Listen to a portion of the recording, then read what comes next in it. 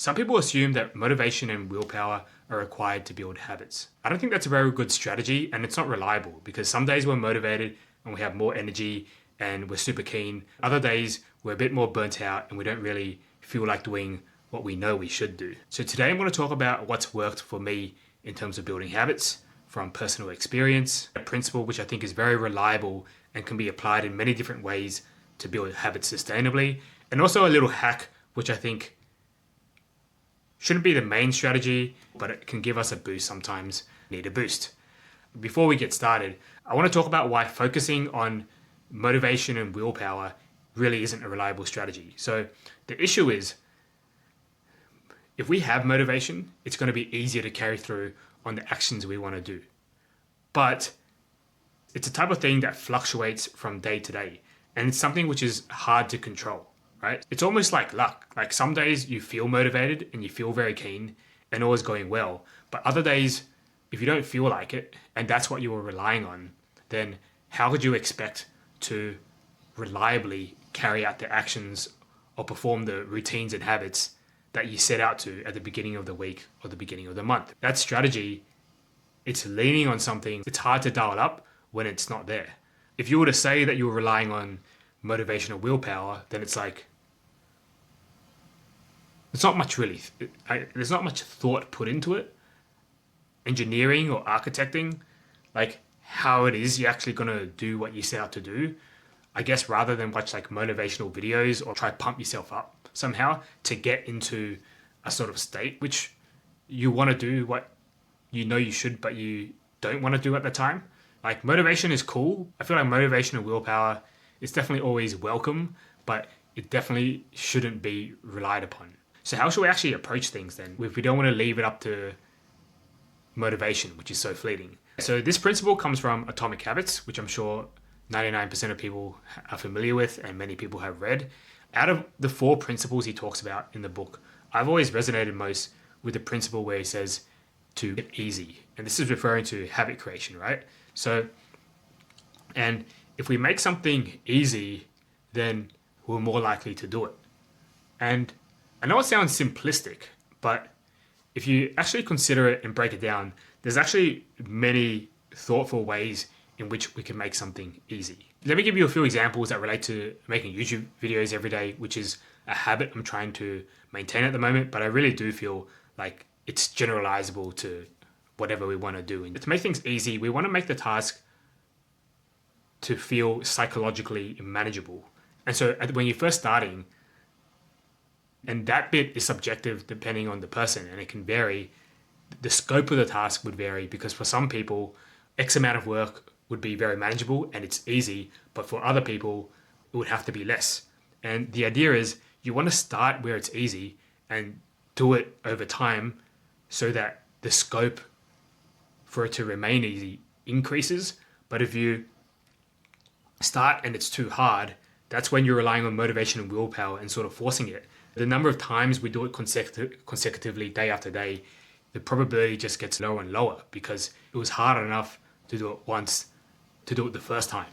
So you want things to be psychologically easy and very approachable.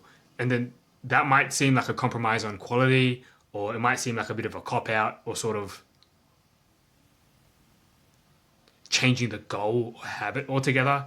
But you just got to remember that's where you're getting started, right? And we all got to start somewhere. So for example, with these videos, I'm capping each step of the preparation at just 10 minutes. If I tell myself I just got 10 minutes to come up with a video idea, I'm going to do it. Now, if you tell me to script it carefully for like even 20 minutes at this stage, I could do it, but I can feel myself wanting to do it less now. And I'm not even confident I will do it for 7 days in a row.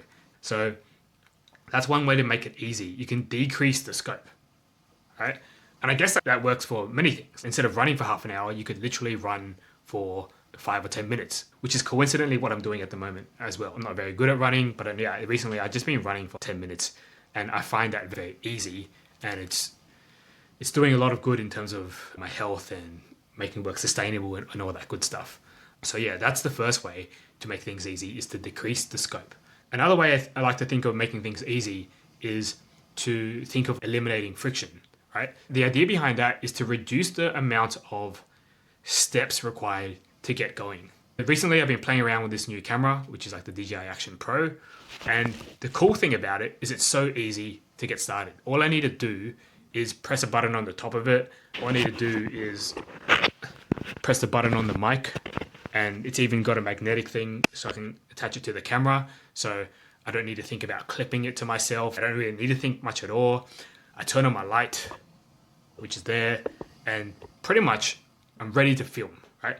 And that is so easy and that is so frictionless. Whereas what I did when I was first experimenting, like last year, I was trying to film using my phone, right? But I was trying to film off the back camera of my phone, and I didn't know how to set it up. So what I had to do was I bought another wireless monitor of Alibaba or something. I connected it with a magnet here. I had to connect it up via Wi-Fi every time, and only then would I be able to see the composition. Then I would be filming myself, and then I put it on the tripod. And what's wrong? And the camera is a bit dodgy on this phone, so the focus is stuffed. So every time I got to adjust the focus.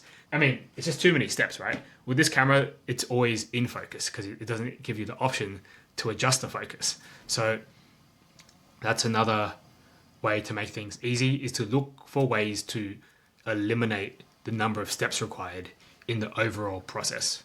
The third example I want to give today is to engineer the environment, right? So if the environment's conducive to making it easy, it's just going to be easier. So I'm filming in my room. It's quite underrated, but I feel quite safe and I don't feel much resistance to start filming in this environment. So that's a plus. This light is always here. So I just need to turn it on. I don't need to bring it in. I don't need to adjust the height. I don't need to adjust the angle and all that kind of stuff. And I'm on a tripod, which I can easily adjust the height. And it's right here. I don't put everything away when I finish filming. If I'm going to film again tomorrow, I just got this little tripod on my desk. And then every time, when I finish filming, I sort of pack it up and just lie it back down again. Because the other day I left it standing and it fell down. One of my mics fell into a glass of kombucha, and I only realized the next day and completely fried one of my mics. So I leave it on my table, but I sort of lie it down, and then when it comes time to film, I put it back up. It's still so easy, right? And it's easy enough for me that I'm keen to do it, and I have no real, reservations or resistance or excuses to not do it. I don't feel lazy about it, and which to me is a good sign that everything is in place to make it easy.